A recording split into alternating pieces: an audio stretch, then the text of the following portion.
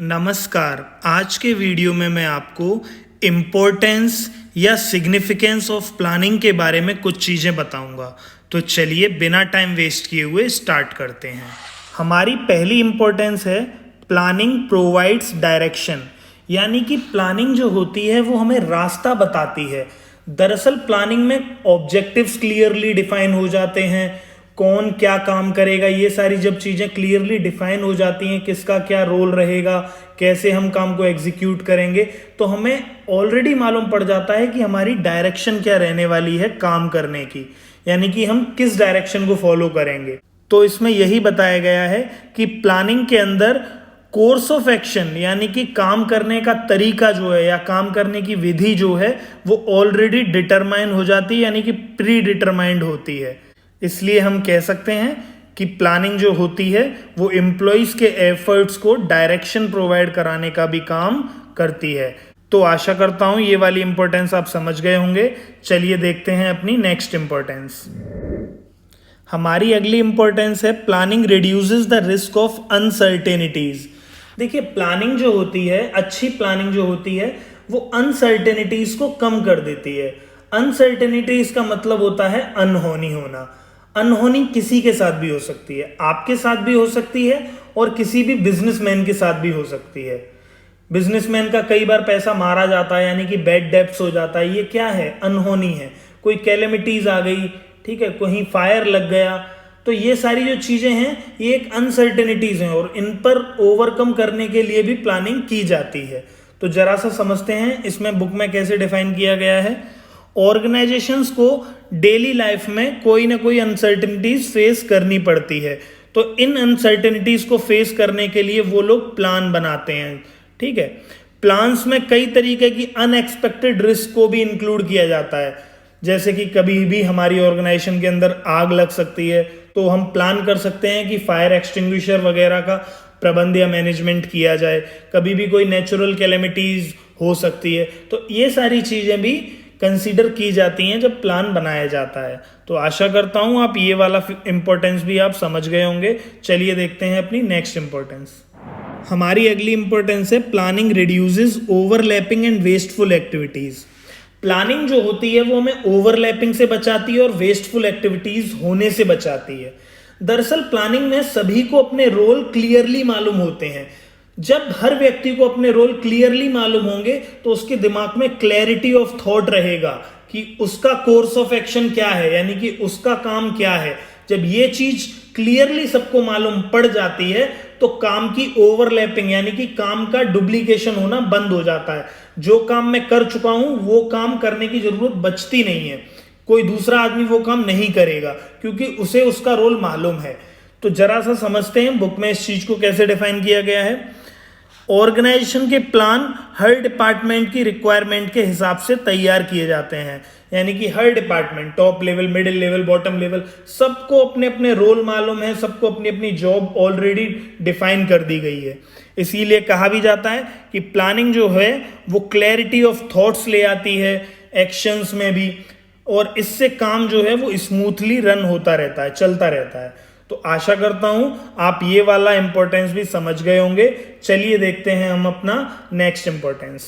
हमारी अगली इंपॉर्टेंस है planning promotes innovative ideas. Planning अलग अलग तरीके के विचारों को भी प्रमोट करती है। देखिए, प्लानिंग के अंदर बहुत ज्यादा दिमाग लगाना पड़ता है, क्रिएटिव थिंकिंग लगानी पड़ती है, इनोवेटिव आइडियाज लाने पड़ते हैं ताकि आप ऐसे कॉम्पिटिटिव एनवायरनमेंट में अच्छे से आगे निकल सकें अपने कंपटीटर्स से। तो ये जो सारी चीजें हैं प्लानिंग के अंदर वो इनोवेटिव आइडियाज को एक्चुअल में प्रमोट करती हैं। जरा सा समझते हैं इसे भी।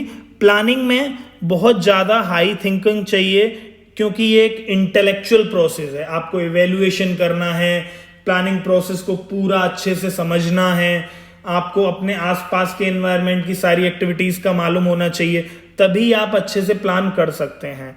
प्लानिंग जो होती है वो मैनेजर को डिफरेंट तरीके से सोचने पे मजबूर कर देती है। उसमें मैनेजर को ये भी सोचना होता है कि फ्यूचर में क्या क्या हो सकता है, फ्यूचर एजम्पशंस या प्रेडिक्शंस उसे लगानी पड़ती हैं।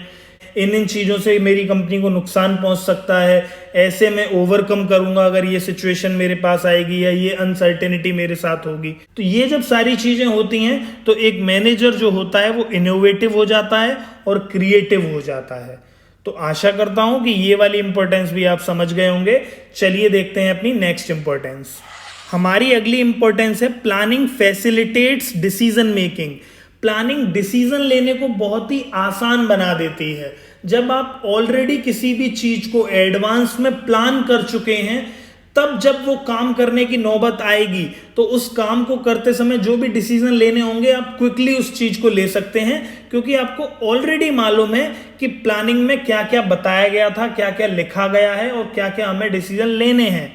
तो हम कह सकते हैं कि प्लानिंग के अंदर गोल्स वगैरह जो होते हैं वो ऑलरेडी एडवांस में सेट कर दिए जाते हैं। प्रिडिक्शंस जो होती हैं फ्यूचर की वो ऑलरेडी सेट हो जाती हैं कि ये फ्यूचर में चीजें हो सकती हैं। तो इन प्रिडिक्शंस की वजह से, इन गोल्स की वजह से मैनेजर जो होता है वो क्विकली डिसीजन ले सकता है, जल्दी जल्दी डिसीजन ले सकता है और ऑर्गेनाइजेशन अच्छे से रन कर सकता है। तो आशा करता हूं ये वाली इंपॉर्टेंस भी आप समझ गए होंगे। चलिए देखते हैं अपनी नेक्स्ट इंपॉर्टेंस। हमारी अगली इंपॉर्टेंस है planning establishes standard for controlling. इस बात को समझने से पहले आपको कंट्रोलिंग को समझना होगा। देखिए, कंट्रोलिंग में दरअसल ये होता है कि प्लान आउटपुट और एक्चुअल आउटपुट को कंपेयर किया जाता है। देखिए, अगर आपके पास प्लान्ड आउटपुट ही नहीं होगा तो आपका जो एक्चुअल आउटपुट निकल के आएगा, आपको ये कैसे मालूम पड़ेगा ये एडिकेट है कि नहीं है, यानी कि ये पर्याप्त है कि नहीं है। आपको ये पर्याप्त है या नहीं है ये तभी तो मालूम हो सकता है जब आपके पास प्लान्ड आउटपुट हो। तो इसीलिए कहा जाता है इस प्लान्ड आउटपुट यानी कि इस प्लानिंग का होना जरूरी है कंट्रोलिंग के लिए भी, क्योंकि कंपैरिजन तभी हो सकता है जब आपने प्लानिंग की हो। तो यहां पर इस चीज को समझने से पहले कंट्रोलिंग की डेफिनेशन को समझना होगा। कंट्रोलिंग में दरअसल ये होता है कि प्लान्ड आउटपुट और एक्चुअल आउटपुट को कंपेयर किया जाता है। मान लेते हैं आपने प्लान किया 100 यूनिट हम बनाएंगे, एक्चुअल में बन के आई 80 unit. And if there is variation between both, variation निकल के आया है, 20 यूनिट का वेरिएशन निकल के आया है। आपने प्लान किया था 100 यूनिट का, एक्चुअल में निकला 80। Then find out the reason for such deviation. हमें यह भी पता करना है कि ये 20 यूनिट का जो डेविएशन आया है, अंतर आया है, ये किस लिए आया है, क्या कारण था, क्या मशीन खराब हो गई थी, क्या आपका एम्प्लॉय बीमार पड़ गया था, इसके पीछे क्या कारण रहा। जब डेविएशन का पता कर लेंगे उसके बाद करेक्टिव मीजर लिए जाएंगे, यानी कि सही कदम उठाए जाएंगे जिससे कि एक्चुअल आउटपुट जो है वो प्लान्ड आउटपुट से मैच कर जाए। 100 यूनिट प्लान किया है तो 100 यूनिट ही एक्चुअल आउटपुट निकल कर आए। लेकिन अगर आपने कोई प्लानिंग ही नहीं की, कोई प्लान्ड आउटपुट है ही नहीं, तो कंट्रोलिंग मैनेजर कंपेयर कैसे करेगा कि एक्चुअल आउटपुट जो है वो एडिकेट है या नहीं है। इसीलिए कहा जाता है कि प्लानिंग जो है वो बेस होती है, स्टैंडर्ड होती है कंट्रोलिंग का। Planning establishes standard for controlling. तो आशा करता हूं कि ये वाली चीज आप समझ गए होंगे। यहीं पर हमारी इंपॉर्टेंसेस जो हैं वो फिनिश होती हैं। तो मिलते हैं नेक्स्ट वीडियो में। चलिए, तब तक के लिए मैं आपसे अलविदा कहता हूं। नमस्ते।